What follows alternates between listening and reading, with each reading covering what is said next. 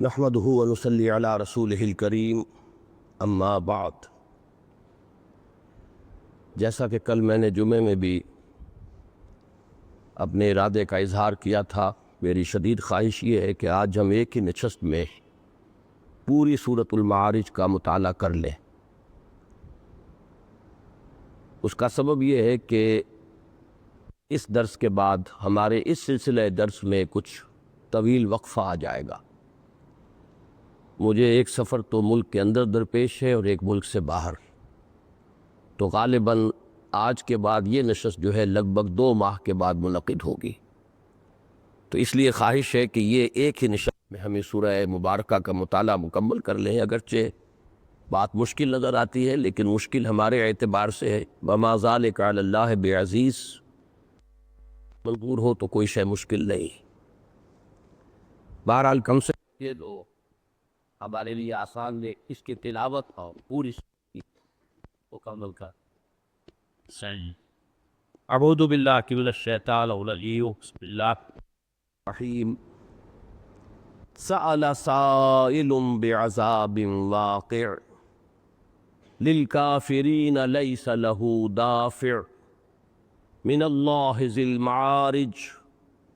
تعرج الملائکۃ والروح الیہ فی یوم کان مقدارہ 50,000 سنہ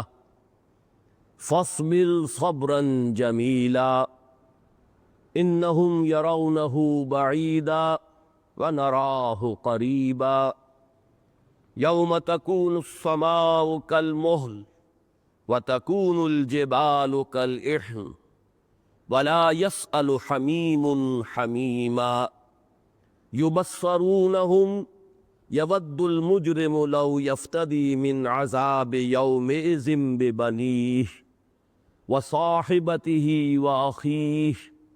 وفصیلتہ التی تؤویہ ومن فی الارض جمیعا ثم ینجیہ کلا انہا لظی نزاعۃ للشوی تدعو من ادبر وتولی وجمع فأوعى ان الانسان خلق ہلوعا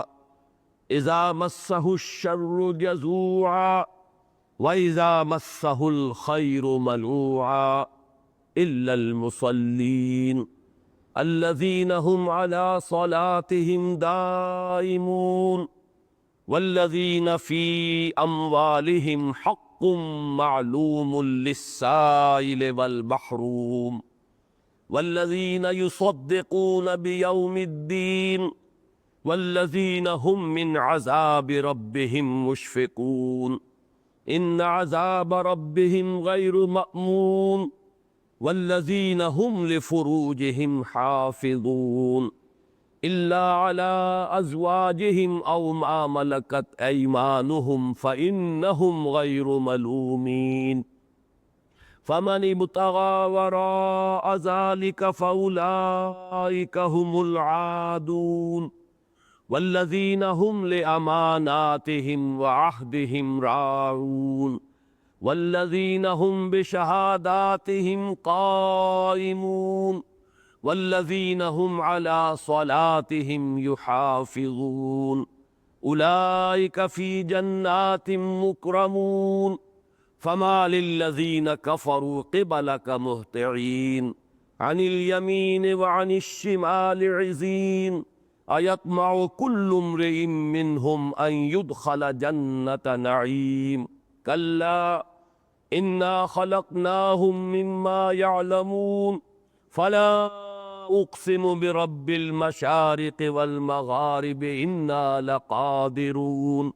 على ان نبدل خيرا منهم وما نحن بمسبوقين فذرهم يخوضوا ويلعبوا حتى يلاقوا يومهم الذي يوعدون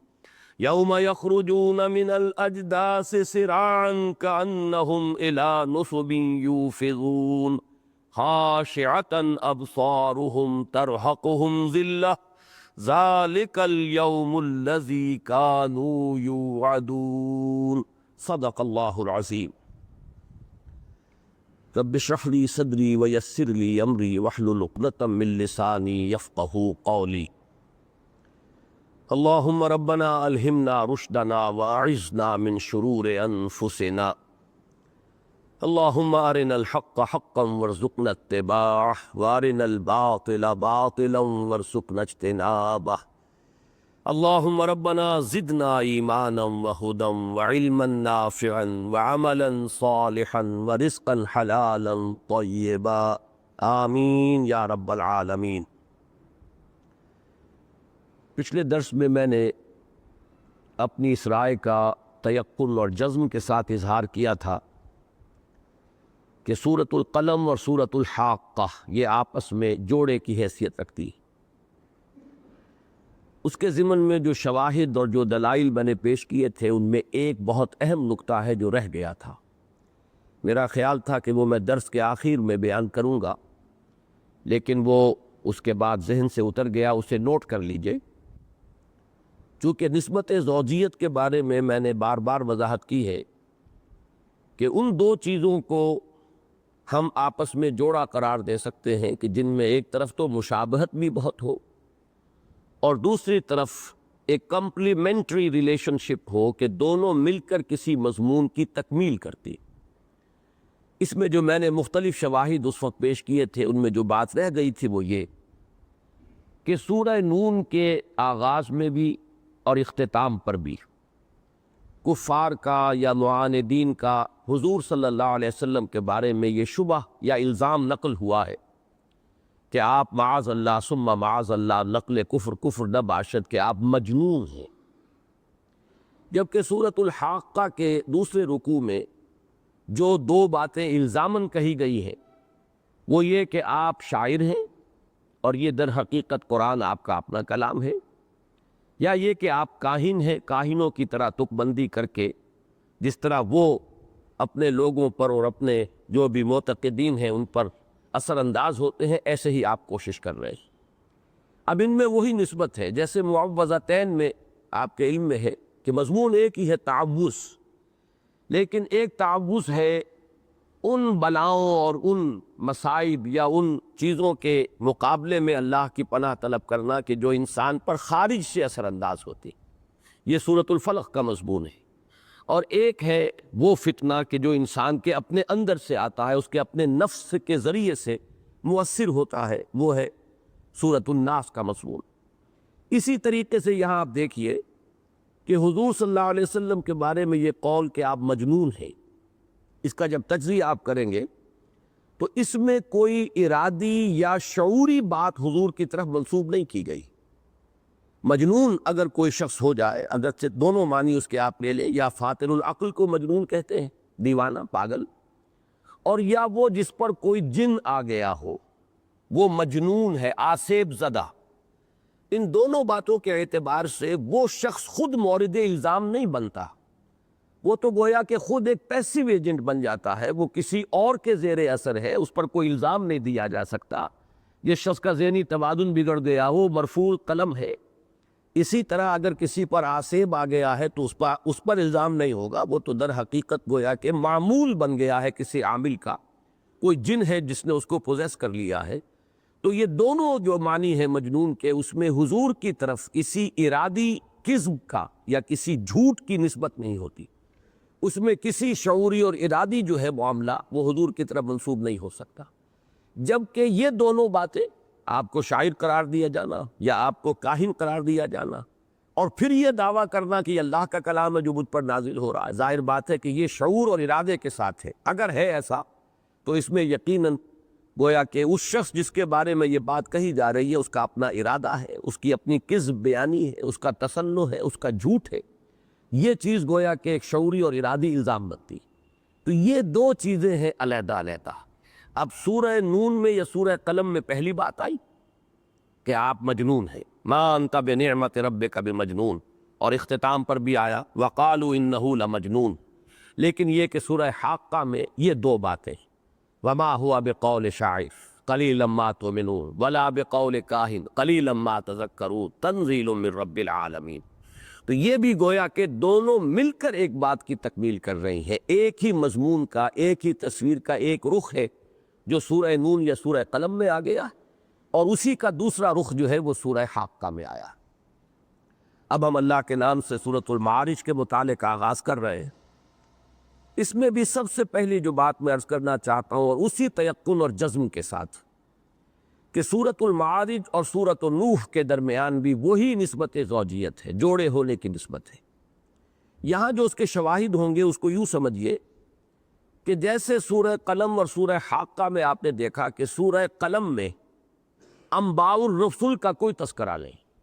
قوموں کی ہلاکت، قوموں پر عذاب کے آنے کا معاملہ، کوئی تذکرہ نہیں، جبکہ سورۃ الحاقہ میں آغاز ہی میں پوری 6 جو اقوام ہیں جن پر کہ قرآن مجید میں بار بار ذکر ہوا ہے کہ عذاب استیصال آیا، ہلاکت کا عذاب، کأن لم یغنوا فیہا، ایسے کر دیے گئے جیسے تھے ہی نہیں، نام و نشان مٹا دیا گیا، ان کو بے خوبن سے اکھاڑ کر پھینک دیا گیا۔ ان 6 اقوام کا ذکر ہے بڑے ہی اختصار کے ساتھ، یہ میں تفصیل سے بیان کر چکا ہوں، اور یہ بھی مکی صورتوں میں اس نسبت زوجیت کا ایک اہم مظہر ہے۔ چنانچہ جو حضرات ابتدا سے میرے درس میں شرکت کر رہے ہیں ان کے علم میں ہے کہ مکیات کا جو سب سے پہلا جوڑا آتا ہے مصحف میں،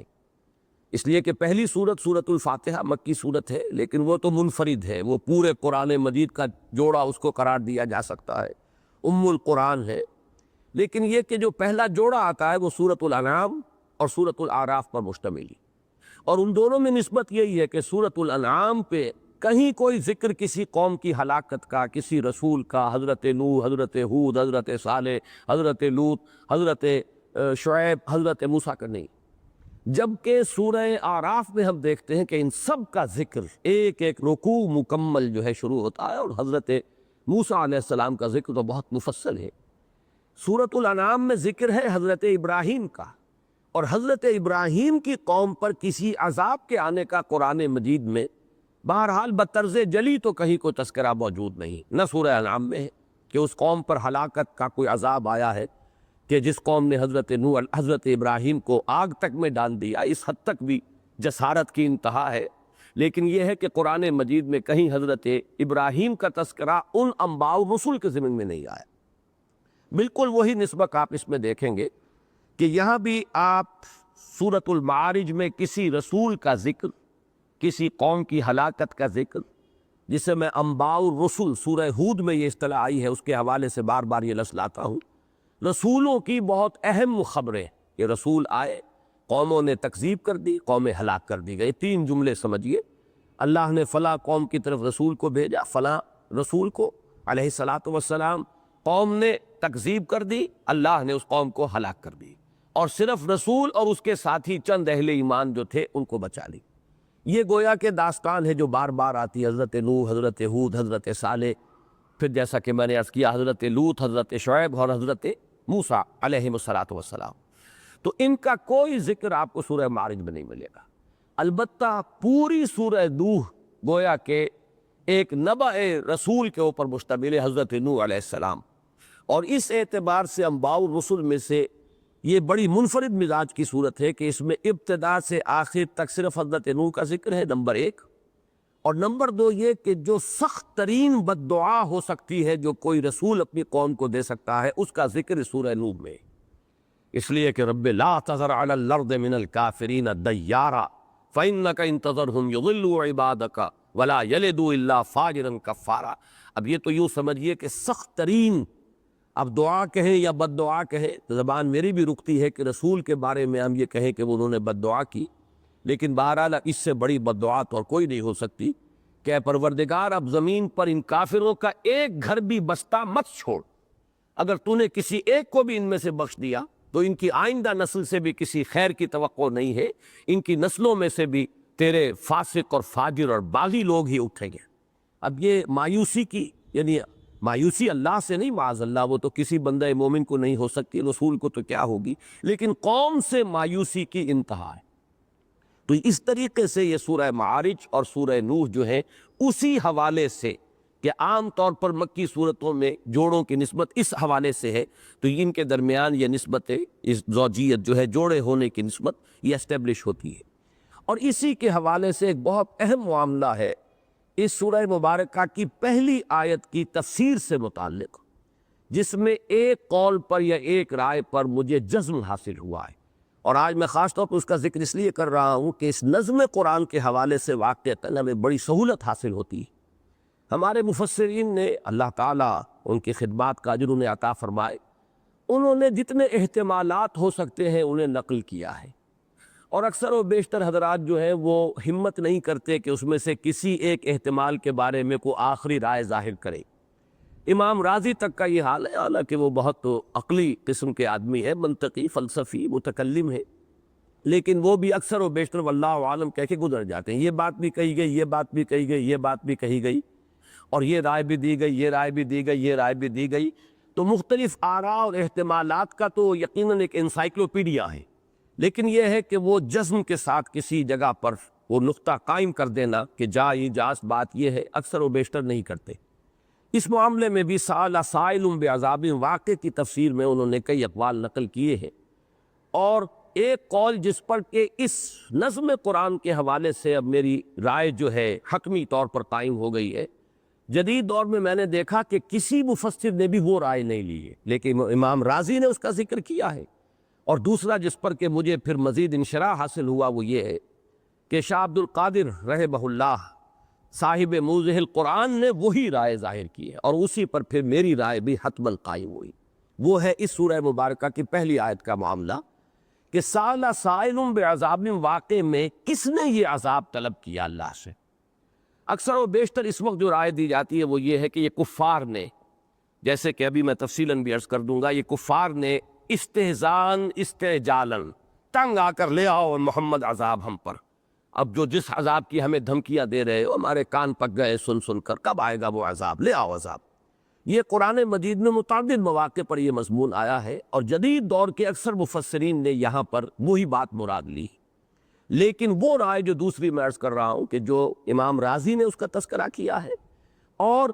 شاہ عبد القادر نے وہی رائے صرف ظاہر کی ہے موضح القرآن میں، وہ یہ ہے کہ اس عذاب کا تقاضا کرنے والے خود محمد الرسول اللہ صلی اللہ علیہ وسلم تھے۔ یہ بات در حقیقت جیسے کہ میں نے ابھی عرض کیا ہے کہ یہ بات ہماری زبان رکتی ہے کہ رسول عذاب بھی طلب کر سکتا ہے، یہ بات عجیب لگتی ہے۔ رسول کی شان میں تو ہم یہ بھی سمجھتے ہیں کہ کچھ غیر مناسب سی بات ہے کہ بد دعا کا لفظ ان کے لیے استعمال کریں، لیکن یہ کہ قرآن مجید میں یہ بات جب اگلی سورت سورہ نوح کے اختتام پر آ گئی کہ اتنی شدید بد دعا حضرت نوح علیہ السلام نے اپنی قوم کو دی ہے، تو گویا کہ وہ ثبوت بن رہا ہے اس کا، اور وہ ایک ترتیب بن گئی ہے کہ اس سورت کا اختتام ہو رہا ہے ایک جلیل القدر رسول، بلکہ رسولوں میں سے پہلے رسول، اس لیے کہ پہلے نبی حضرت آدم ہے لیکن پہلے رسول حضرت نوح علیہ السلام، تو پہلے رسول نے اتنی سخت بد دعا دی۔ اسی طرح کا معاملہ حضور صلی اللہ علیہ وسلم سے بھی ثابت ہو رہا ہے کہ آپ نے بھی اپنی قوم کے لیے عذاب طلب کیا۔ یہ رائے بڑی عجیب لگتی ہے، خصوصاً جو جدید صرف تفسیریں پڑھ رہے ہیں، تراجم پڑھ رہے ہیں، ان کے لیے بالکل نئی بات ہوگی، اسی لیے میں نے پوری تفصیل کے ساتھ حوالہ دے دیا ہے کہ امام راضی نے یہ رائے نقل کی ہے بہت سے احتمالات میں سے ایک احتمال کے طور پر، لیکن شاہ عبد القادر نے موضح القرآن میں حتمی طور پر یہی رائے ظاہر کی۔ اسی کے حوالے سے ایک بات اور تمہیداً نوٹ کر لیجئے کہ اگرچہ یہ جو گروپ ہے مکی صورتوں کا، من حیث المجموع یہ رائے ہے کہ یہ اکثر و بیشتر یہ صورتیں جو ہیں بالکل ابتدائی دور میں نازل ہوئیں، لیکن اس سورہ مبارکہ کے بارے میں میری رائے جو بنتی ہے وہ یہ ہے کہ یہ مکی دور کے وسطی جو ثلث ہے اس میں، یعنی سن 5-6 کے آس پاس یہ صورت نازل ہوئی، اس لیے کہ اس میں رد و قدح کا انداز ہے۔ یہ رد و قدح ابتدا میں نہیں ہوا ہے، ابتدا میں یہ بات تو کہی گئی، معلوم ہوتا ہے کہ دماغی توازن بگڑ گیا، معلوم ہوتا ہے کہ کچھ آسیب کا اثر ہو گیا۔ یہ بات جو ہے جیسا کہ میں نے کہا اس میں کوئی کذب یا تصنع کا الزام نہیں تھا، نسبت نہیں تھی حضور پر، اور یہ خالص ہمدردی کے انداز میں بھی کچھ لوگوں نے یہ بات کہی، اچھے بھلے آدمی تھے، کیا ہوا ہے خام خواہ یہ جا کر جو ہے غار حرا میں بیٹھتے رہے، معلوم ہوتا ہے کہ کوئی آسیب جو ہے اس کا اثر ہو گیا ہے یا کوئی توازن جو ہے ذہنی بگڑ گیا ہے۔ ابتدا میں وہ بات تو ٹھیک جو ہے وہ حالات کے ساتھ اس کی مناسبت ہے، لیکن جو انداز یہاں ہے رد و قدح کا، بالخصوص اس سورہ مبارکہ کے دوسرے رکوع میں، وہ تو اس دور سے متعلق ہے جبکہ شدید کشمکش اور کشاکش اور تصادم کی کیفیت پیدا ہو گئی۔ فما للذین کفروا قبلک مہطعین عن الیمین وعن الشمال عزین، کیا ہو گیا ان کافروں کو، آپ پر پلے پڑ رہے ہیں، جھپٹ جھپٹ کر آتے ہیں اور آپ کے اوپر جو ہے حملہ آور ہوتے ہیں۔ تو یہ کیفیت جو ہے جو نقشہ کھینچا گیا اس میں، وہ ابتدائی دور کا نہیں، اس اعتبار سے بھی۔ اور جب یہ تفسیر میرے سامنے ہے کہ سأل سائل بعذاب واقع، تو ظاہر بات ہے کہ اگر اس کی نسبت حضور کی طرف ہے تو یہ بھی ابتدائی دور میں تو نہیں ہو سکتی، یہ اسی وقت ہو سکتی ہے جبکہ پرسیکیوشن شدید ترین ہو گئی تھی، صحابہ کرام کو ستایا جا رہا تھا، مارا جا رہا تھا، اور ظاہر بات ہے کہ اس حالت میں رسول کے دل میں اس جذبے کا پیدا ہو جانا کہ پروردگار اب وہ تیری سزا کب آئے گی، کب تک تو ان کافروں کو مہلت دے گا، اس کا بالکل قرین قیاس سے عقل میں یہ بات آتی ہے کہ اب ان کی جو ہے رسی مزید دراز نہیں کی جانی چاہیے۔ انہوں نے حضرت سمیہ کو شہید کر دیا، انہوں نے حضرت یاسر کو شہید کر دیا، حضرت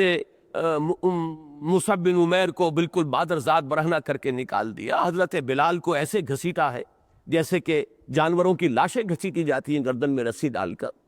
حضرت خباب کو دہکتے ہوئے انگاروں میں لٹا دیا۔ تو جیسے سورہ عنکبوت کے ابتدا میں آتا ہے کہ بعض صحابہ کے اندر وہ کیفیت پیدا ہو گئی تھی کہ حضور کی خدمت میں وہ حاضر ہوئے کہ اب حضور آپ ہمارے لیے دعا نہیں کرتے، لیکن اب ہمارے لیے یہ حالات ناقابل برداشت ہو رہے ہیں۔ تو یہ چیز خلاف قیاس نہیں ہے کہ اس زمانے میں کبھی حضور صلی اللہ علیہ وسلم کے دل میں بھی یہ جذبہ پیدا ہوا ہو کہ پروردگار اب انہوں نے تو اپنی سی کر لی،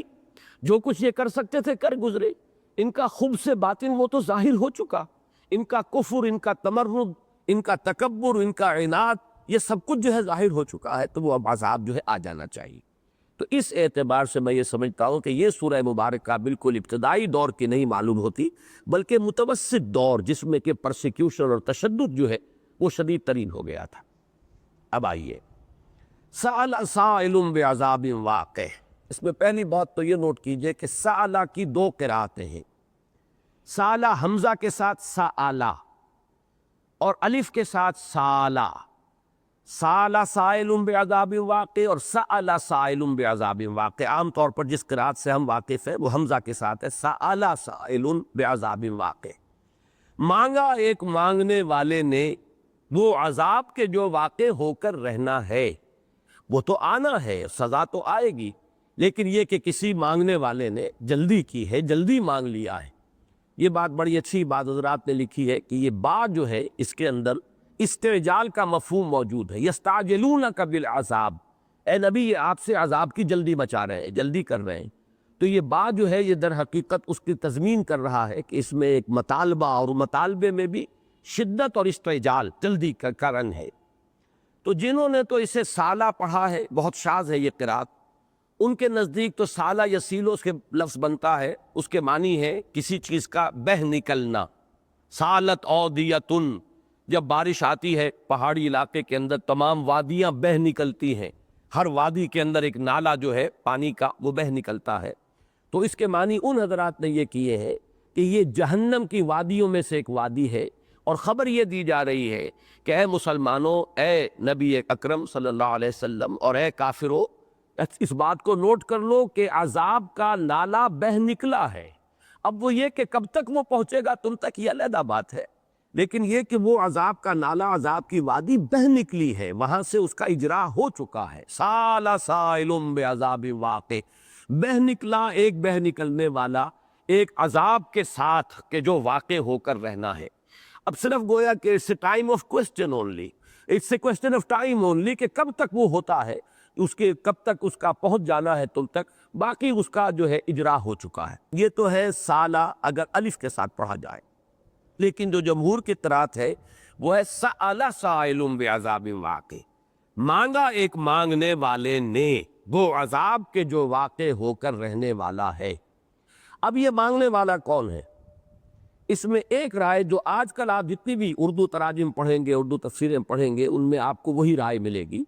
اور وہ یہ ہے کہ یہ کفار کی طرف در حقیقت اس کی نسبت ہے، چونکہ یہ بات آئی ہے قرآن مجید میں سورۃ میں نے کہیں نوٹ کی تھی آیات، یہ نضر بن حارث، اس کے بارے میں قرآن مجید میں یہ قول آیا ہے سورہ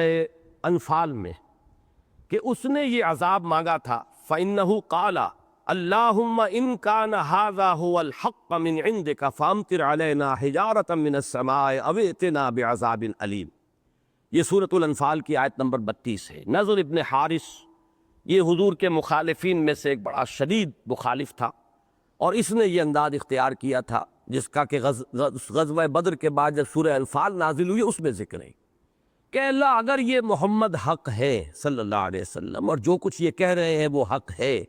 اور اگر واقعی جو کلام یہ پیش کر رہے ہیں وہ تیرا کلام ہے تو ہم پر بارش برسا دے پتھروں کی یا کوئی اور عذاب بھیج دے۔ یہ اصل میں ان کا اپنے عوام کے اوپر یہ اثر پیدا کرنے کی ایک کوشش تھی کہ ہم حقیقتاً نہیں مانتے محمد کو کہ یہ اللہ کے رسول ہے۔ ایسا نہیں ہے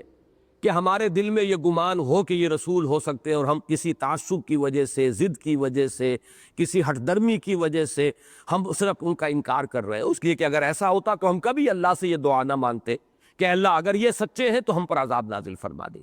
تو یہ در حقیقت ان کا ایک ہتھ کنڈا تھا اپنے عوام کو قائل کرنے کا اپنے خلوص کے بارے میں، کہ ہم جو مخالفت کر رہے ہیں خلوص سے کر رہے ہیں،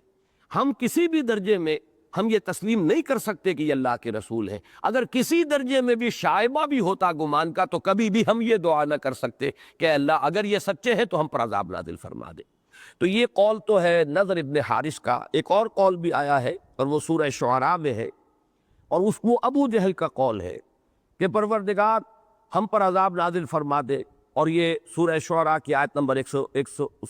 87 ہے۔ بہرحال یہ دو حضرات کا، دو اشخاص کا کفار میں سے قول نقل ہوا ہے، اور اکثر اردو تفاسیر نے اسی کو نقل کیا ہے۔ لیکن دوسری رائے جس کو کہ بین جزم کے ساتھ اختیار کیا وہ یہ کہ یہ عذاب مانگنے والے خود محمد الرسول اللہ صلی اللہ علیہ وسلم، کہ اللہ اب ان کی رسی مزید دراز نہ کر، انہیں ڈھیل نہ دے۔ اس کی بڑی مناسبت ہے، آگے چل کر فوراً آ رہا ہے۔ اکثر و بیشتر یہ جو صورتیں ہیں اس گروپ کی، ان کے آخر میں آتا ہے صبر کی تلقین کا معاملہ، جیسے سورہ نون میں ہم پڑھ چکے ہیں کہ فَاصْبِرْ لِحُکْمِ رَبِّكَ وَلَا تَكُنْ كَصَاحِبِ الْحُوتِ، اے نبی آپ اللہ کے حکم کا اور فیصلے کا انتظار کیجئے اور اس مچھلی والے کے مانند نہ ہو جائیے۔ یعنی حضرت یونس علیہ السلام نے جو ذرا جلدی کی تھی وہ معاملہ آپ نہ کریں۔ لیکن یہاں آپ دیکھیں گے بالکل آغاز میں فَاصْبِرْ صَبْرًا جَمِيلًا، اے نبی صبر کیجئے اور بڑی خوبصورتی کے ساتھ صبر کیجئے، ابھی تو ہم ان کی رسی دراز کریں گے، ابھی ہماری حکمت میں ان کے لیے مہلت ہے، لہذا آپ صبر کیجئے۔ البتہ وہ عذاب آ کر رہے گا، وہ صدا آ کر رہے گی، تو کیا فرق پڑتا ہے آج آئے یا کل آ جائے۔ یہ آپ کے اور آپ کے ساتھیوں کے صبر کا امتحان ہے، استقامت کا مظاہرہ ہوگا لوگوں کے سامنے، اور اسی سے لوگوں کے دل پگھلیں گے کہ یہ وہ لوگ ہیں کہ جنہوں نے حق کے لیے اور اپنی جو اپنا موقف ہے اس کے لیے کیسی کیسی شدید مصیبتیں جھیلی ہیں، کیسی کیسی قربانیاں دی ہیں، کس طرح کے ثبات اور استقامت کا مظاہرہ کیا ہے، استقلال کا مظاہرہ کیا۔ اسی سے تو مخالفین کے دل پگھلیں گے اور وہ اپنے دل میں قائل ہو جائیں گے۔ یعنی اگر وہ دعائیں مانگتے ہیں لوگوں پر اثر ڈالنے کے لیے اپنے خلوص کا، تو در حقیقت اہل حق کا خلوص اس طرح ظاہر ہوتا ہے کہ وہ اپنی ایثار سے، قربانی سے، صبر سے، مصابرت سے، ثبات سے، استقلال سے وہ گویا کہ ثبوت فراہم کرتے ہیں کہ جس بات کا وہ اقرار کر رہے ہیں اس پر انہیں بالکل یقین، حق الیقین کے درجے میں حاصل ہے۔ تو یہ ہے وہ بات، جیسا کہ میں عرض کر چکا ہوں، امام رازی نے اسے نقل کیا ہے کہ بہت سے حضرات کی رائے یہ ہے، گویا کہ متقدمین میں بھی یہ رائے موجود ہے، اور اس دور میں شاہ عبد القادر رحمہ اللہ نے موضح القرآن میں یہی رائے دی ہے کہ یہاں سأل سائل بعذاب واقع سے مراد خود حضور ہے صلی اللہ علیہ وسلم۔ فرمایا للکافرین لیس لہ دافع۔ اب یہ للکافرین کا ذرا نوٹ کیجئے گا، جس طرح میں نے پچھلے درس میں بھی بیان کیا تھا کہ قرآن مجید میں جو صوتی آہنگ ہے اور قوافی جو ہے آیات کے آخری الفاظ، ان کی ایک مناسبت جو ہے وہ بہت زیادہ ملحوظ ہے، خصوصاً ان صورتوں میں۔ سورہ قاف سے جو شروع ہوا ہے سلسلہ، یا آخری دو گروپ جو ہے، یا آخری منزل جسے ہم کہتے ہیں سورہ قاف سے لے کر سورۃ الناس تک، ان میں یہ چیز بہت نمایاں صوتی آہنگ ہے، اور یہ در حقیقت ایک ملکوتی غنا ہے، یہ ڈیوائن میوزک ہے، یہ اللہ تعالیٰ کی طرف سے جو فطرت انسانی کے اندر ایک طلب ہے، ایک دلچسپی ہے، ایک انس ہے، ایک کشش محسوس کرتا ہے انسان موسیقی کی طرف، چاہے وہ کسی میں کم ہوتا ہے یہ مادہ، کسی میں زیادہ۔ تو جو شے بھی اللہ نے انسان میں پیدا کی ہے ایک طلب کے اعتبار سے، اس کے لیے کوئی نہ کوئی اللہ نے اس کی تسکین کا جائز سامان بھی فراہم کیا ہے۔ تو در حقیقت جو جائز سامان ہے اس موسیقی کی حص کا، وہ اللہ کی کتابوں کے اندر وہ ڈیوائن جو میوزک موجود ہے، وہ ملکوتی غنا۔ اب یہاں دیکھیے یہ للکافرین کا تعلق سب مانتے ہیں کہ بے عذاب واقع سے ہے۔ سال سائل بعذاب واقع للکافرین، مانگا ایک مانگنے والے نے ایک عذاب جو واقع ہونے والا ہے کافرین کے حق میں۔ وہ عذاب ظاہر بات ہے کہ عموم کے ساتھ نہیں ہے، سب کے لیے نہیں ہے، اس عذاب کے مستحق جو ہے کافرین ہے۔ لیکن یہ کہ لیس لہ دافع من اللہ، دافع کے ساتھ ملتا ہے من اللہ، تو اگر آپ الفاظ کو جوڑیں گے ان کے مفہوم کے اعتبار سے تو ربط کچھ اور بنتا ہے۔ سال سائل بعذاب واقع للکافرین لیس لہ دافع من اللہ ذی المعارج۔ اب اس میں وہ موسیقی ختم ہو گئی، وہ جو ردم تھا وہ ختم ہو گیا، لہذا اس ردم کو برقرار رکھنے کے لیے اس کو جو توڑا گیا ہے حصوں میں، سال سائل بعذاب واقع للکافرین لیس لہ دافع، اب اس کے اندر وہ جو ہے وہ صوتی آہنگ پیدا ہوا۔ تو اس کو بھی نوٹ کیجئے ایک مثال کے طور پر۔ للکافرین اس کا تعلق جو ہے بعذاب واقع سے ہے کہ وہ عذاب واقع ہوگا کافروں کے لیے۔ ایک رائے یہ بھی ہے کہ یہ مستقل علیحدہ جملہ ہے کہ یہ ہوگا، گویا کہ یہ عذاب کافروں کے لیے، لیکن لیس لہ دافع سے متعلق نہیں ہے یہ، بلکہ منفصل ہے۔ لیس لہ دافع من اللہ ذی المعارج، نہیں ہے کوئی اسے دفع کرنے والا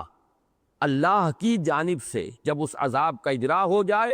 جب اس کا فیصلہ ہو جائے، کوئی اسے دفع کرنے والا نہیں ہے۔ کوئی اس کو وہ نالا اگر کہیں، وہ نالا جب بہہ نکلتا ہے تو کوئی نہیں جو اس کا رخ موڑ سکے۔ وہ تو جس کے لیے عذاب کے حکم کے ساتھ وہ نالا جو ہے عذاب کا بہہ نکلا ہے، اس کے طرف اب وہ آ کر رہے گا، کسی میں یہ طاقت نہیں ہے کہ اس کے رخ کو موڑ دے، اس کو دور کر دے، اس کو دفع کر دے۔ البتہ ایک رائے یہ ہے کہ من اللہ کا تعلق بھی بے عذاب واقع سے ہے، کہ یہ عذاب واقع من اللہ ہے، اللہ کی طرف سے ہے، للکافرین، کافرین کے لیے۔ بہرحال یہ جو مختلف احتمالات ہیں وہ میں بیان کر رہا ہوں، لیکن اس میں وہ نقطہ خاص طور پر ذہن میں رکھیے کہ ترتیب قرآن مجید میں جو ہے بالخصوص اس منزل کی صورتوں میں، ان میں صوتی آہنگ کو بڑی اہمیت حاصل ہے۔ من اللہ ذی المعارج، اس اللہ کی طرف سے جو بڑے درجوں والا ہے۔ معارج معرج کی جمع ہے، معرج کہتے ہیں، عروج کہتے ہیں چڑھنے کو، اور معرج چڑھانے والی شے، سیڑھی جو کہ جس کے ذریعے سے اوپر چڑھا جائے۔ معارج سیڑھیوں والا، درجوں والا، یہ اللہ تعالیٰ کی بلندی اور اس کی رفعت شان کے لیے اس کے درجات ہیں۔ اب درجات کے بارے میں بہت سی رائے دی گئی ہیں کہ درجات جنت بھی اس سے مراد ہو سکتے ہیں۔ اللہ تعالیٰ نے جنتیوں کے لیے مختلف درجے رکھے ہیں، اور یہاں تک بھی حضور صلی اللہ علیہ وسلم کا ایک قول نقل ہوا ہے کہ ان درجوں کے اندر اتنا فصل ہے، اتنا فرق ہے، اتنا بعد ہے کہ ایک نچلی جنت والا شخص اوپر والے جنت کے لوگوں کو ایسے دیکھے گا جیسے تم زمین پر بیٹھ کے اور ستاروں کو دیکھتے ہو۔ اس قدر فرق و تفاوت ہوگا اہل جنت کے درجات کے اندر۔ تو اللہ تعالیٰ بہت درجوں والا، بہت بلندیوں والا، بہت رفعت والا، من اللہ ذی المعارج۔ میرے نزدیک یہاں پر جنت کے درجے مراد نہیں ہے، بلکہ یہ کہ اللہ تعالیٰ کی رفعت شان کے لیے یہ الفاظ آئے۔ تعرج الملائکۃ والروح الیہ فی یوم کان مقدارہ 50,000 سنہ، چڑھتے ہیں فرشتے اور روح اس کی طرف، یا چڑھیں گے فرشتے اور روح اس کی جانب۔ جیسا کہ آپ کو معلوم ہے عربی میں فعل مضارع میں حال بھی ہے، مستقبل بھی ہے، تو دونوں ترجمے میں نے کر دیے، اور دونوں احتمالات ہیں وہ بعد میں عرض کروں گا۔ چڑھتے ہیں یا چڑھیں گے فرشتے اور روح اس کی جانب ایک دن میں کہ جس کی مقدار ہے 50,000 برس۔ یہ آیت مبارکہ جو ہے یہ مشکلات القرآن میں سے ہے، اور میں نے کافی غور کیا ہے، اور یہ چند دن جو ہے یہی آیت میرے ذہن کے اوپر چھائی رہی ہے، میں غور و فکر کرتا رہا ہوں۔ آج پھر میں نے مزید اس کے بارے میں تو ایک رائے میری بنی ہے، وہ میں آپ کے سامنے، لیکن میں اسے اس جزم کے ساتھ نہیں پیش کر رہا، وہ اغلباً والی بات ہوگی اس لیے کہ قرآن مجید کے بہت سے ایسے مقامات ہیں کہ جہاں بالآخر انسان کو گھٹنے ٹیک کر واللہ عالم کہنا پڑتا ہے، اللہ کو بہتر معلوم ہے، اور اس میں ظاہر بات ہے کہ وہ سارے احتمالات جو ہیں ان کو سامنے رکھا جا سکتا ہے۔ البتہ اس میں جو تفسیر سے متعلق ایک چیز ہے، پہلے اس کو سمجھ لیجئے کہ روح سے مراد کیا ہے۔ ملائکہ کا مفہوم بالکل واضح ہے، یہ قرآن مجید کی ایک ایسی عام اصطلاح ہے کہ جس کے بارے میں کوئی اشتباہ نہیں ہو سکتا، فرشتے۔ اب روح سے مراد کیا ہے، اس کے بارے میں متعدد اقوال ہیں۔ ایک قول کہ جو اکثر متکلمین کا اور اکثر مفسرین کا ہے وہ تو یہ ہے کہ الروح سے مراد ہے حضرت جبرائیل۔ روح القدس بھی کہا گیا انہیں قرآن مجید میں، ایدناہ بروح القدس، اور الروح الامین نزل بہ الروح الامین علی قلبک، اس قرآن کو نازل ہوا ہے لے کر روح الامین، یا اتارا ہے روح الامین نے، یعنی حضرت جبرائیل نے علیہ الصلاۃ والسلام۔ ایک رائے یہ ہے کہ اس سے مراد ہے ارواح انسانی، اور روح یہاں پر گویا کہ جمع کے لیے آ رہا ہے، تمام انسانوں کی ارواح۔ ایک تیسری رائے اور بھی ہے، یہ زیادہ تر ہمارے ہاں جو متصوفین ہیں انہوں نے اپنے کشف کی بنیاد پر یہ رائے دی ہے، اور شاہ ولی اللہ دہلوی رحمۃ اللہ علیہ نے بھی مجھے یاد پڑتا ہے کہ حجت اللہ البالغہ میں یہی رائے دی ہے، اور بعض روایات بھی ملتی ہیں اس کے حق میں کہ یہ روح جو ہے، اور روح یہ ایک خاص نورانی ایک ہستی ہے کہ جو گویا کہ ایک طرح کا جیسے کہ سٹور ہاؤس ہوتا ہے، یا بجلی گھر ہے جہاں سے کہ بجلی کے مختلف لائنیں جو ہے وہ جاری ہے، یا سورج سے جیسے شعاعیں نکلتی ہیں، تو تمام ملائکہ اور تمام ارواح انسانیہ کا انشعاب ہوتا ہے اس سے، جیسے کہ سورج سے جیسے کہ شعاعیں نکلتی ہیں، تو تمام انسانی ارواح اور ملائکہ کا بھی انہی سے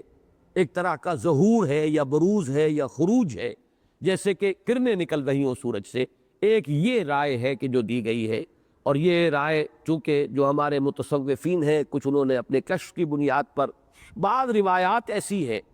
کہ ان میں اس کا تذکرہ موجود ہے کہ یہ کوئی ایسی روحانی ایک وجود رکھنے والی کوئی ہستی ہے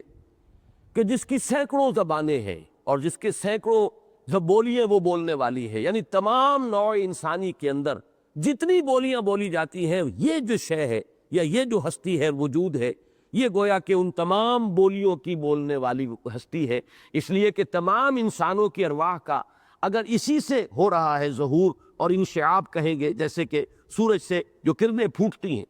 تو ایک رائے یہ ہے۔ یہ میں صرف ایک علمی اور معلوماتی انداز میں آپ کے سامنے رکھ رہا ہوں، اس لیے کہ ہمارے ہاں بعض متقدمین اور بالخصوص کہ جو کشف پر زیادہ ایک دار و مدار رکھنے والے ہیں اپنے علم کا، ان کے ہاں یہ چیز موجود ہے۔ البتہ یہ کہ حضرت جبرائیل اور ارواح انسانیہ، ان میں سے یہاں کیا چیز مراد ہے، اس میں نوٹ کیجئے کہ سورۃ القدر میں بھی یہ لفظ آیا ہے اسی طرح سے، تنزل الملائکۃ والروح فیہا بإذن ربہم من کل امر سلام ہی حتی مطلع الفجر۔ وہاں ظاہر بات ہے کہ روح سے مراد انسانی ارواح نہیں ہو سکتی، انسان تو یہاں ہے۔ لیلۃ القدر میں جو نزول ہوتا ہے تو وہ ظاہر بات ہے فرشتوں کا ہے، اور حضرت جبرائیل علیہ السلام، اور حدیث سے صحیح ہے، بہت مستند، بہت قوی، کہ 70,000 فرشتوں کی جلوہ میں حضرت جبرائیل نازل ہوتے ہیں تو لیلۃ القدر میں۔ تو اس آیت مبارکہ میں تو بالکل معین ہو گیا کہ یہاں الروح سے مراد جو ہے حضرت جبرائیل ہے، اور اس کو پھر ہمارے مفسرین کہتے ہیں کہ یہ عطف الخاص علی العام ہے، کیونکہ وہ بھی ایک فرشتہ ہے، تو فرشتوں پر جب عطف کیا گیا تو ایک خاص یعنی مقام رکھنے والا، خاص مرتبت رکھنے والی یا فرشتہ جو ہے اس کا علیحدہ سے ذکر کیا۔ تنزل الملائکۃ والروح فیہا بإذن ربہم من کل امر سلام۔ لیکن ایک دوسری آیت جو ہے سورہ نبا کی، اس کے آخر میں جو آئی ہے، وہاں پورا احتمال موجود ہے کہ الروح سے مراد تمام انسانوں کی ارواح ہو، اس لیے کہ وہاں میدان حشر کا نقشہ کھینچا گیا ہے، یوم یقوم الروح والملائکۃ صفا لا یتکلمون الا من اذن له الرحمن وقال صوابا۔ جس دن کے کھڑے ہوں گے تمام فرشتے اور تمام ارواح انسانی حاضر ہوں گی اس وقت اللہ تعالیٰ کے دربار میں، اور ان میں سے کسی کو چوں کرنے کا دم نہیں ہوگا، کسی کو بات کرنے کی جرت نہیں ہوگی سوائے اس کے کہ جسے اللہ تعالیٰ کی طرف سے اجازت مرحمت ہو جائے۔ اور وہ بھی صحیح بات کہے گا، کوئی غلط بات نہیں کہہ سکے گا۔ یہاں پر ظاہر بات ہے کہ گمان غالب محسوس ہوتا ہے کہ ملائکہ کے ساتھ یہاں ارواح انسانیہ کا ذکر ہے کہ جو وہاں پر کھڑے ہوں گے اپنے اس آخری محاسبے کے لیے۔ بہرحال اسی پر گمان کرتے ہوئے میرے نزدیک اس آیت مبارکہ میں بھی الروح سے مراد جو ہے وہ ارواح انسانیہ ہے۔ پھر میں عرض کروں گا واللہ اعلم۔ البتہ یہ کہ تعرج الملائکۃ والروح الیہ فی یوم کان مقدارہ 50,000 سنہ، اس میں اس یوم سے کیا مراد ہے؟ دیکھیے قرآن مجید میں 2 اور آیات ہیں کہ جن میں اللہ تعالیٰ نے ایک دن کا ذکر کیا ہے کہ وہ دن تمہارے حساب سے 10,000 سال کے برابر ہے، اللہ کا ایک دن۔ یہ دونوں آیات جو ہے یہ نوٹ کر لیجئے، سورۃ الحج میں فرمایا آیت نمبر 47، یستعجلونک بالعذاب،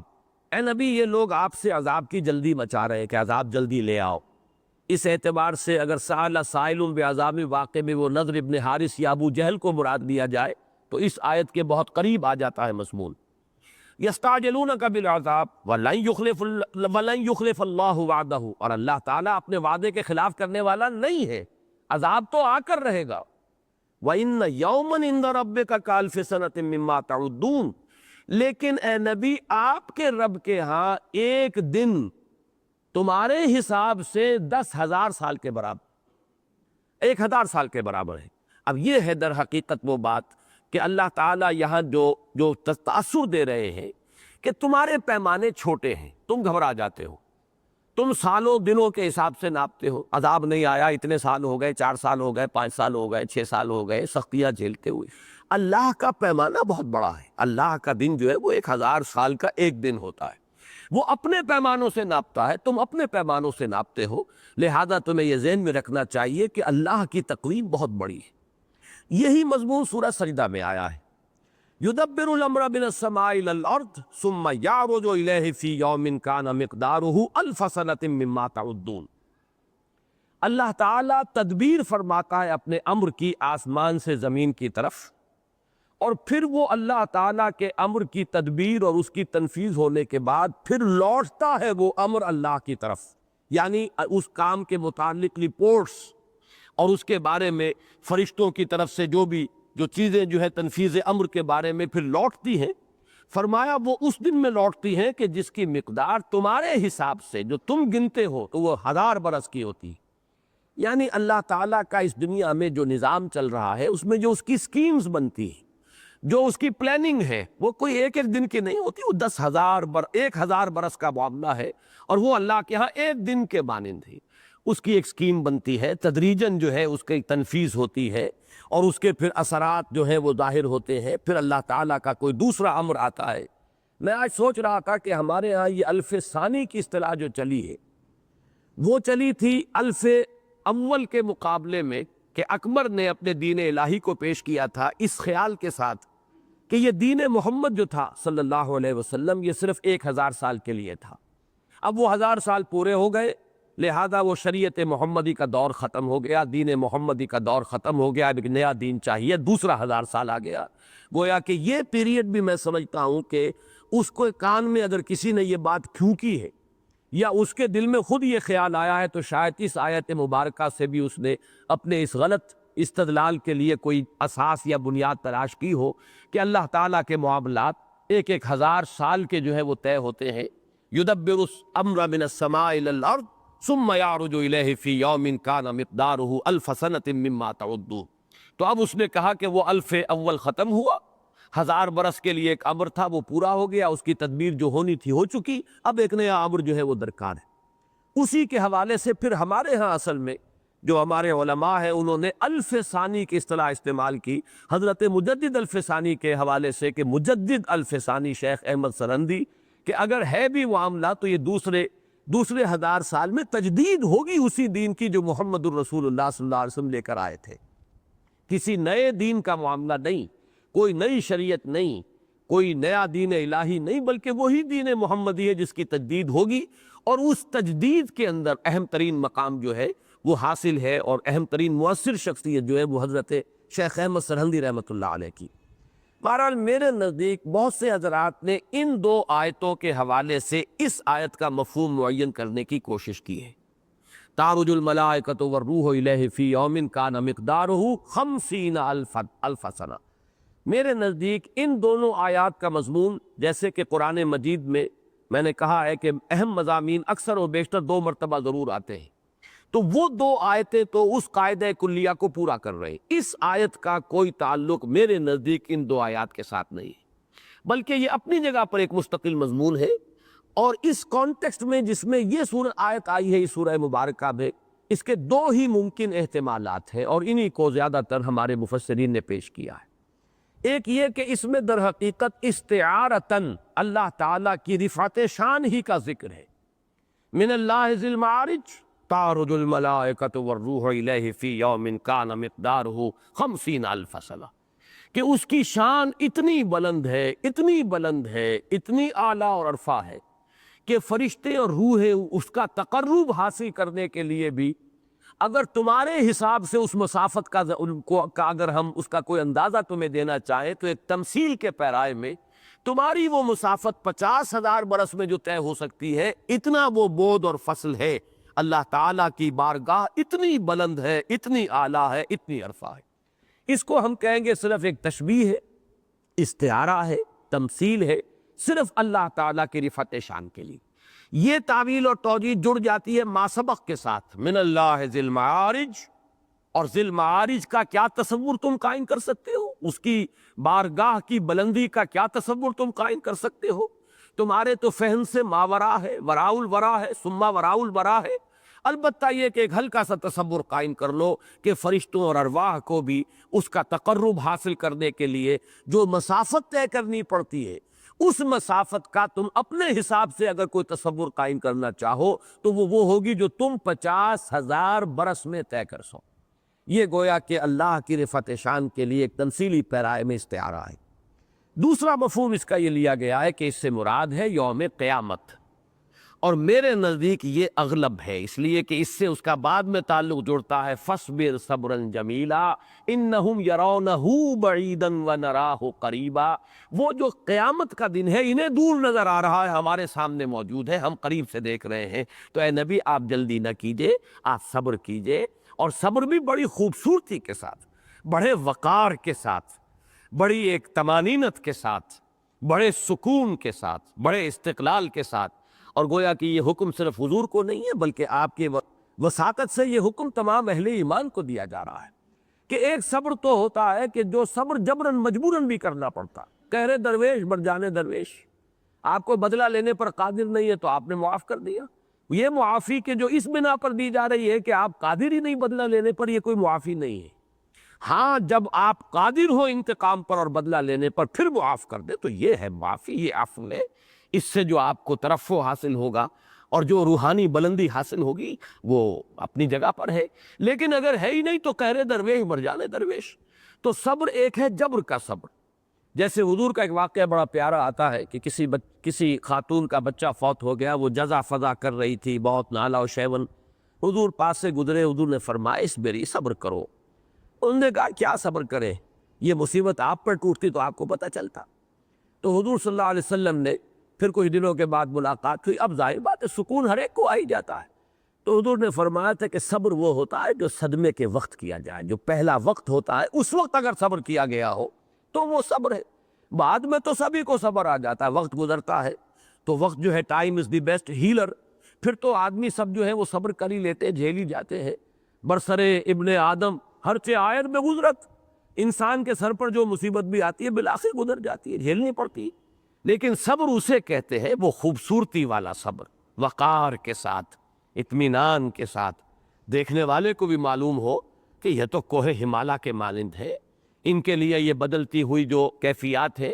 وہ ان پر کوئی اثر انداز نہیں ہو رہی ہے، مصائب ہو، مشکلات ہو، اگر اللہ کی طرف سے کوئی نعمتیں آسانیاں ہیں تو شکر کر رہے ہیں، اللہ کی طرف سے اگر وہ امتحان اور ابتلا دوسری صورت میں آگے آئے، تکلیف یا کسی محبوب شے کے چھوٹ جانے سے، علیحدہ ہو جانے سے، دور چلے جانے سے، کسی موقع کے ہاتھ سے نکل جانے سے، تو یہ کہ اس میں صبر ہے، وہ صبر جو ہے خوبصورتی والا صبر۔ یہی آپ دیکھیں گے کہ آگے آئے گا وَاہْجُرْهُمْ هَجْرًا جَمِيلًا، اے نبی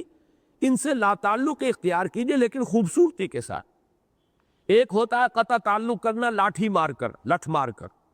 ایک ہے کہ بڑی خوبصورتی کے ساتھ کہ ٹھیک ہے آپ کی سمجھ میں میری بات نہیں آ رہی ہے،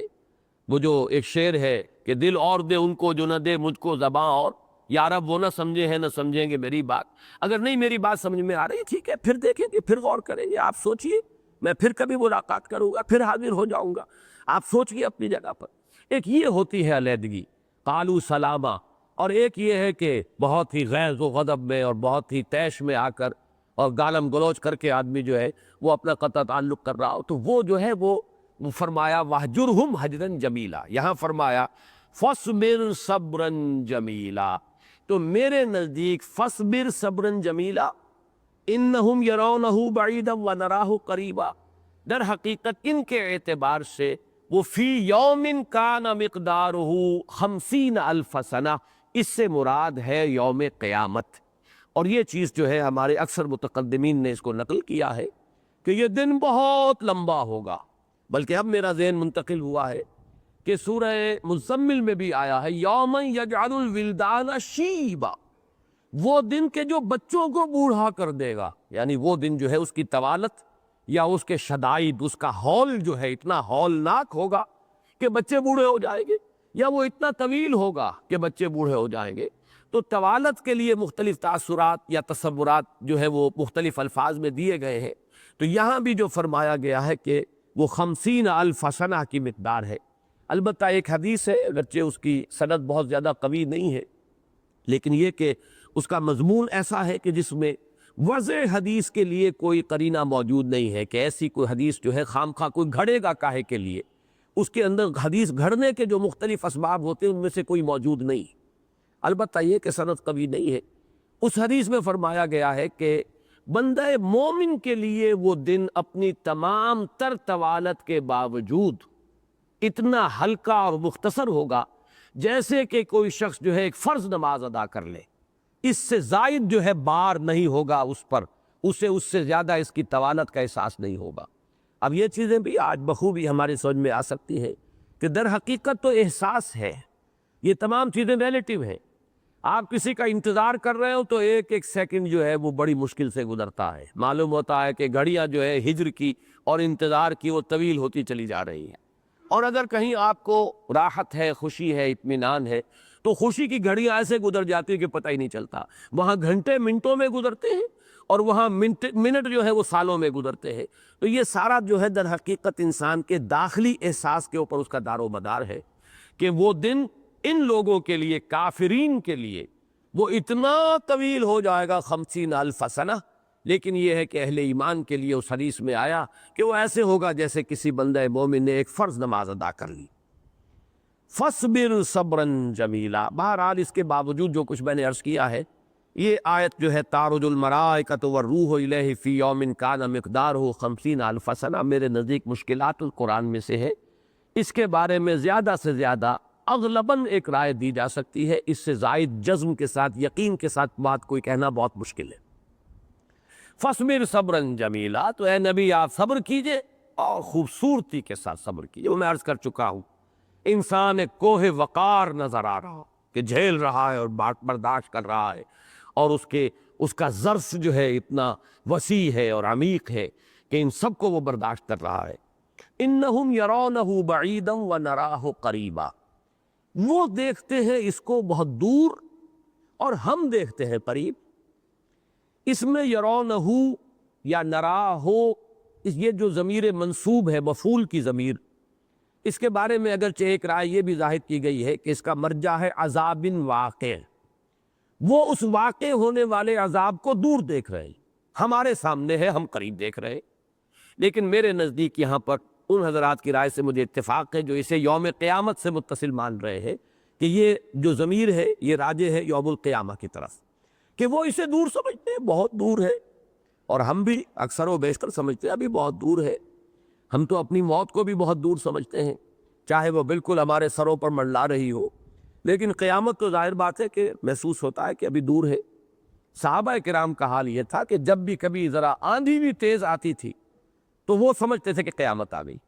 یہ در حقیقت ان کا استحزار تھا. جیسے میں نے ابھی عرض کیا نا، ہر چیز انسان کے اپنے احساس پر جو ہے اس کا دار و مدار ہے. قیامت کا تصور اس درجے مستحضر تھا، اتنا ان کی نگاہوں کے سامنے ہر وقت رہتا تھا کہ ذرا تیز آندھی چلی اور وہ سمجھتے تھے کہ شاید قیامت آ گئی. تو یہ جو کیفیت ہے یہ ان کے اپنے ایک داخلی احساس اور استحزار کا مظہر تھی. یہ بات انہم یرونہ بعیدا ونراہ قریبا، وہ دیکھتے ہیں اس کو دور، ہم دیکھ رہے ہیں اس کو بالکل قریب. اس کے حوالے سے اصل میں جو فلسفہ اضافیت ہے، ریلیٹیوٹی، آئنسٹائن نے جس کو ایک بہت بڑے اور اہم فلسفے کی حیثیت سے مدون کیا ہے، جس سے کہ فزکس کی دنیا میں تو انقلاب آ گیا ہے. واقعہ یہ ہے کہ وہ ایک ایرا تھا جو ختم ہوا، جسے نیوٹونین ایرا کہا جاتا ہے، اور یہ آئنسٹائن کا ایک بالکل نیا ایرا ہے فزکس کی دنیا میں کہ جو شروع ہوا ہے. یہ کہ ہر شے اعتباری ہے، ہر شے اضافی ہے، کوئی ایبسولیوٹ ویلیو جو ہے کم سے کم ہمارے تصور میں نہیں آ سکتی. یہ اللہ تعالیٰ کی شان ہے، اس کی ایگزسٹنس بھی ایبسولیوٹ ہے، وجود مطلق، اس کا علم مطلق.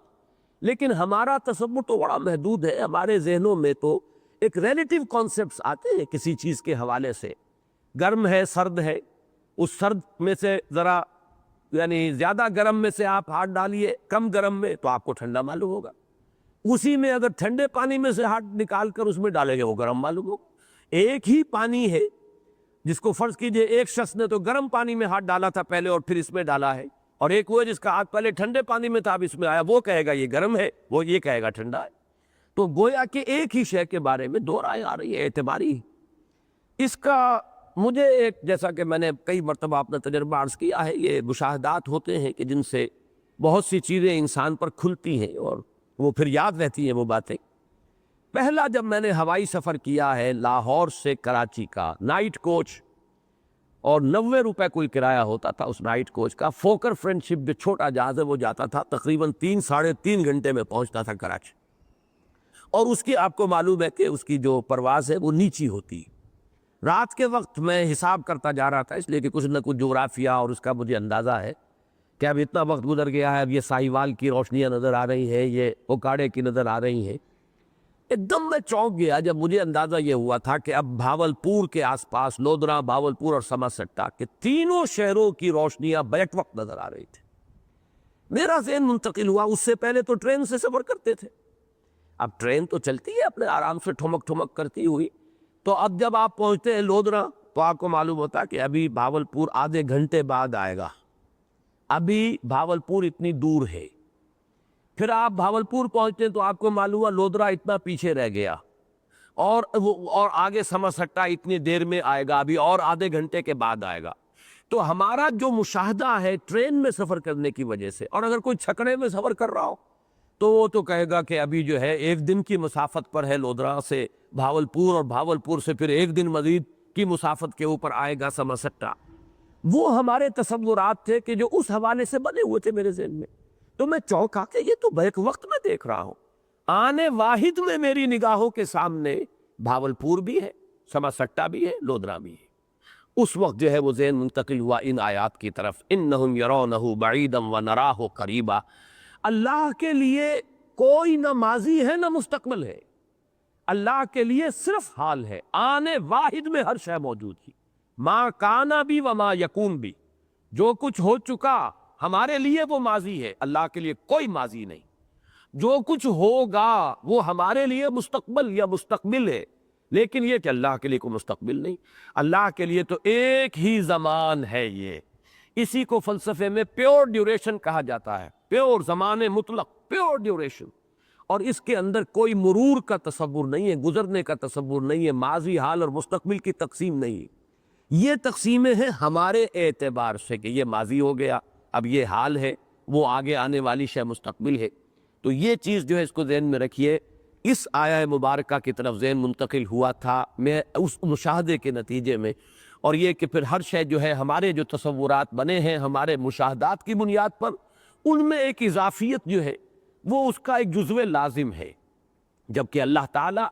ہر ریلیٹیوٹی سے اور ہر اضافیت سے ما وراء الورا ثم وراء الورا، اس کے لیے کوئی اس طرح کی نسبت جو ہے وہ نہیں. انہم یرونہ بعیدا ونراہ قریبا. اب یہ کون سا ہے؟ اب دیکھیے ثابت ہو رہا ہے کہ در حقیقت ذکر ہو رہا ہے قیامت کا. میں احتمالات آپ کو بتا رہا ہوں،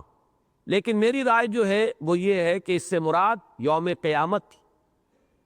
یوم کان مقدارہ 50,000 سنہ یوم القیامہ.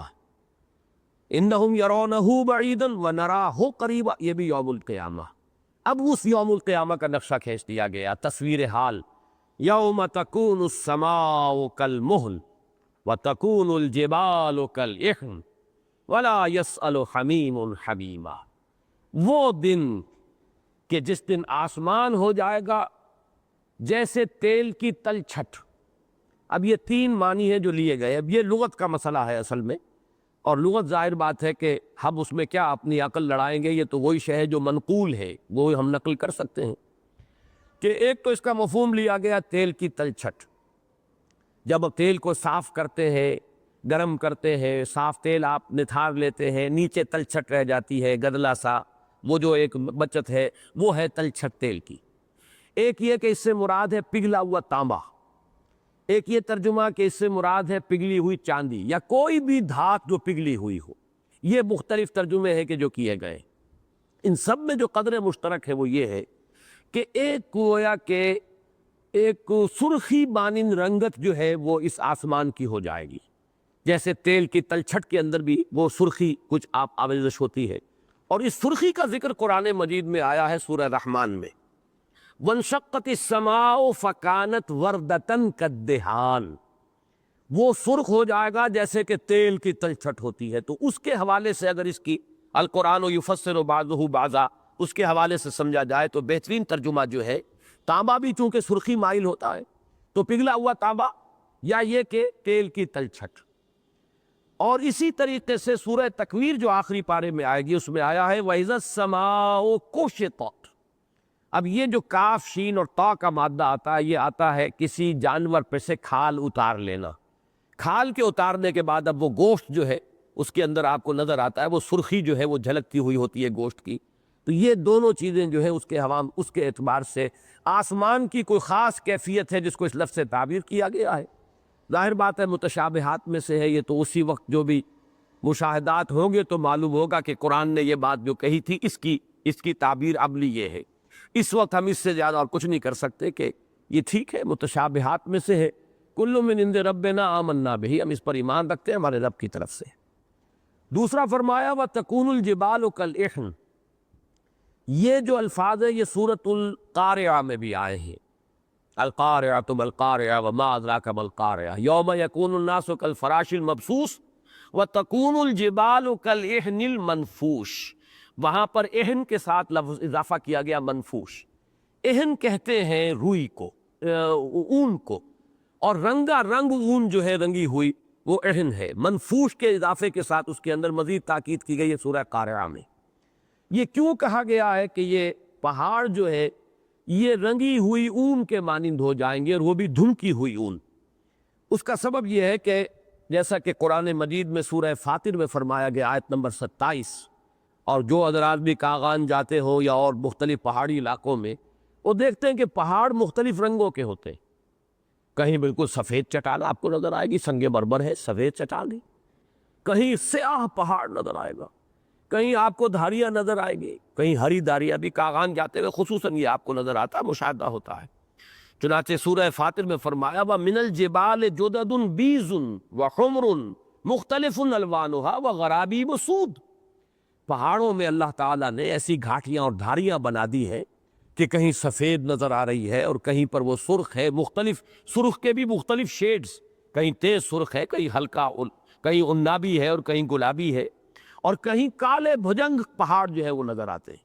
اب ظاہر بات ہے کہ جب یہ دھنکی ہوئی اون کے مانند ہوں گے تو رنگا رنگ اون نظر آئے گی.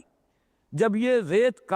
کے تودے بنیں گے اور جب کہ یہ ہوا میں ریت اڑ رہی ہوگی تو اس کا جو نقشہ ہوگا وہ وہی ہوگا کہ جیسے اون دھنکی جا رہی ہو اور مختلف رنگوں کی اون ہو تو جو اس کا سسپینشن ہو جائے گا فضا کے اندر، اسی طریقے سے یہ پہاڑ جب ہے ہباء منصورہ ہو جائیں گے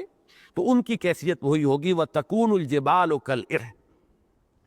اصل شے جو ہے یہ تو ہے نا قرآن مجید میں قیامت کی نقشہ کشی اور تصویر حالت جو ہے مختلف الفاظ میں کی گئی ہے.